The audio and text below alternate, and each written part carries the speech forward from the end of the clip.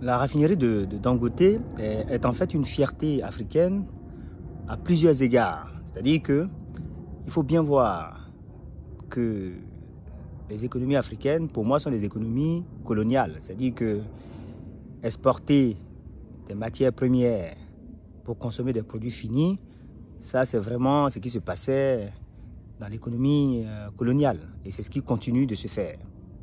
C'est vrai que quand on découvre des matières premières, on est content, mais tant qu'elles ne sont pas transformées localement, ça ne fait pas trop de sens. Alors tout ne peut pas être transformé localement, évidemment. Mais lorsque vous vendez du pétrole pour acheter des carburants, économiquement, vous êtes systématiquement en déficit. Ce n'est pas possible autrement, puisque le carburant qui vous est vendu contient le coût du pétrole, plus la marge de celui qui a raffiné, plus tous les coûts qui ont servi à produire. Donc vous êtes systématiquement en déficit. Donc dans le cas du Nigeria, je crois qu'ils avaient 4 raffineries avant la construction de la méga raffinerie de Dangote. Et ces 4 raffineries ne fonctionnaient pas avec un taux d'utilisation élevé. Le taux d'utilisation de ces 4 raffineries était très faible.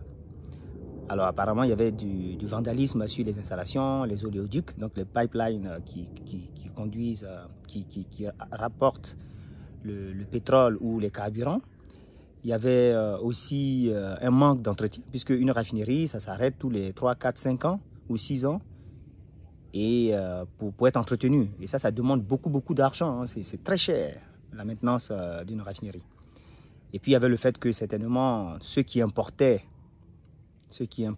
les carburants de l'extérieur n'avaient peut-être pas intérêt à ce que le système soit industrialisé. Donc quelque part, déjà, on voit que il y a à l'intérieur des forces contraires à l'industrialisation. Ensuite, à l'extérieur, vous avez des opérateurs économiques, des raffineurs qui utilisent le pétrole nigérian, qui le raffinent. Donc si le pétrole est raffiné à l'intérieur du pays, c'est-à-dire localement, ben, ces raffineurs étrangers auront moins de pétrole disponible. Et donc leur activité économique devient difficile. Bon. Et cette raffinerie est énorme. Elle traite beaucoup. 650 000 barils jour, c'est beaucoup. Donc elle va certainement alimenter la sous-région. Dans ces conditions, ceux qui exportaient dans la sous-région verront leur marché se réduire.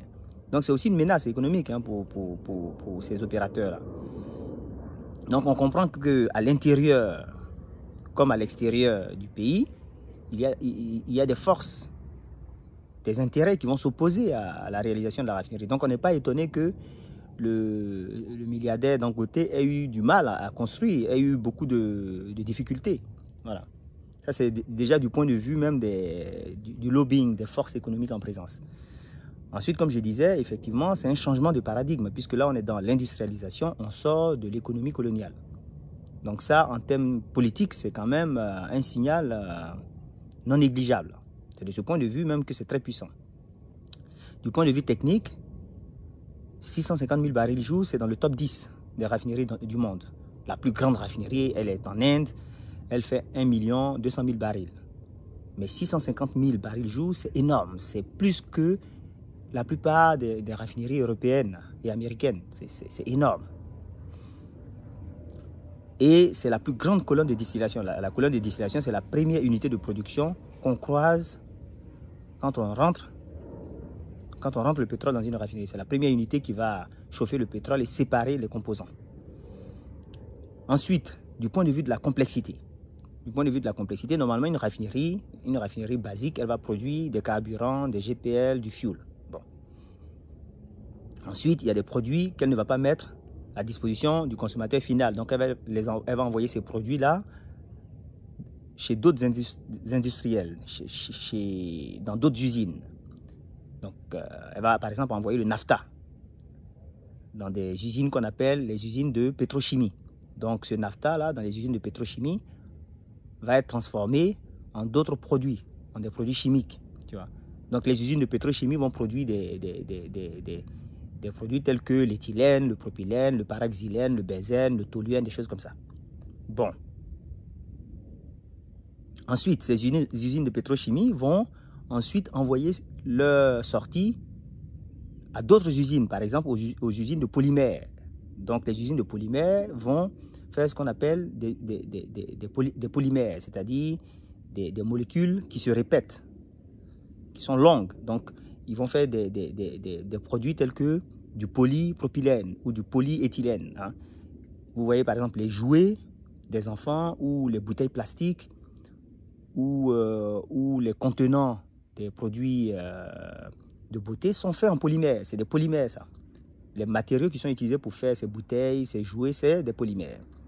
Donc on voit qu'on a 3 blocs dans la chaîne. Le premier bloc, c'est le raffinage pur qui fait des produits, des carburants notamment. On a le deuxième bloc, c'est la pétrochimie qui va faire le propylène, l'éthylène et les autres. Et le troisième bloc, c'est les polymères qui vont fabriquer tout ce qui va servir à faire les plastiques.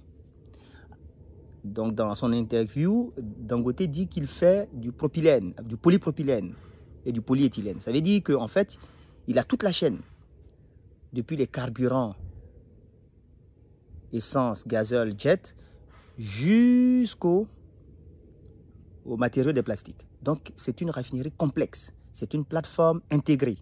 Voilà. Donc c'est vraiment le top du top. Voilà.